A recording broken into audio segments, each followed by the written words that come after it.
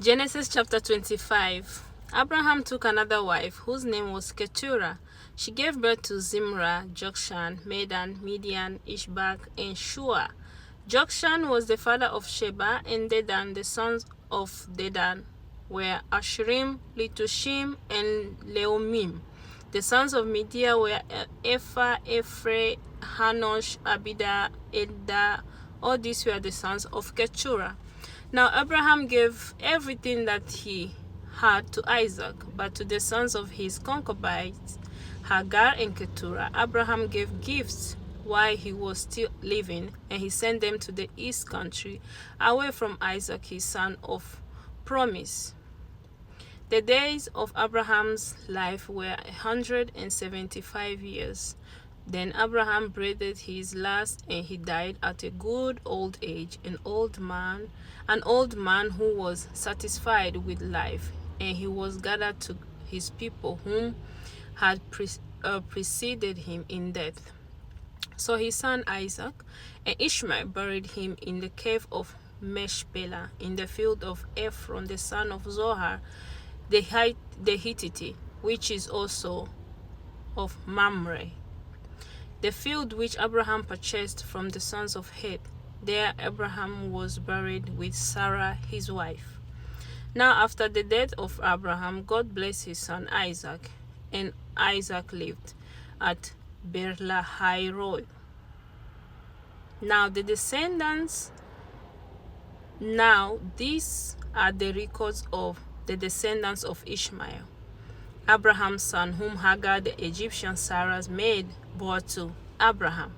And these are the names of the 12 sons of Ishmael, named in the order of their birth: Nebaioth, the firstborn of Ishmael, and Kedar, Adbel, Mibsam, Mishma, Duma, Massa, Hadad, Tema, Jetur, Nephish, and Kedema. These are the sons of Ishmael, and these are their names by their settlement and by their encampment: sheepfolds, 12 prince sheikhs, according to their tribes. Ishmael lived 137 years, then he breathed his last and died, and was gathered to his people whom had preceded him in death. Ishmael's sons' descendants settled from Havilah to Shur, which is east of Egypt. As one goes towards Assyria, he settled opposite east of all his relatives. Now these are the records of the descendants of Isaac, Abraham's son. Abraham was the father of Isaac. Isaac was 40 years old when he married Rebekah, the daughter of Bethuel, the Aramean Syrian of Padan Aram, the sister of Laban the Aramean. Isaac prayed to the Lord for his wife because she was unable to conceive children, and the Lord granted his prayer, and Rebekah his wife conceived twins. But the children struggled together within her, kicking and shoving one another. And she said, "If it is so that the Lord has heard our prayer, why then am I this way?" So she went to inquire of the Lord, praying for an answer. The Lord said to her, "The founders of 2 nations are in your womb, and the separation of 2 nations has begun in your body. The one people shall be stronger than the other, and the older shall serve the younger."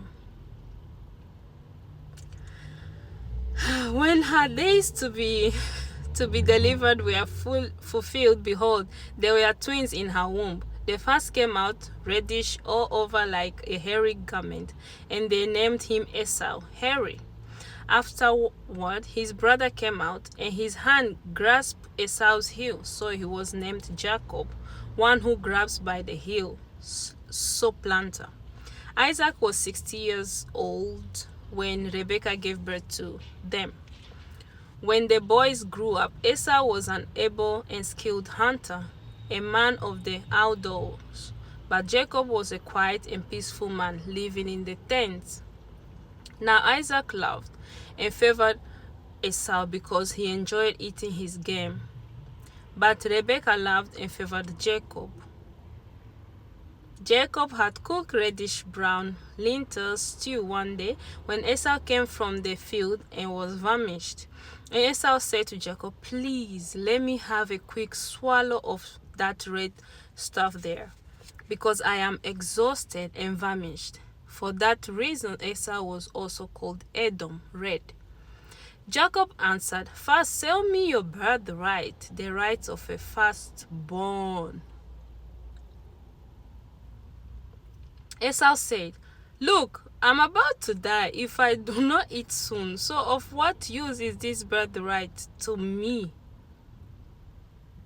Jacob said, "Swear an oath to me today that you are selling it to me for this food." So he swore an oath to him and sold his birthright.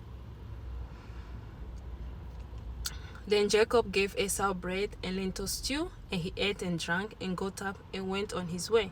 In this way, Esau scorned his birthright. Amen. God bless you.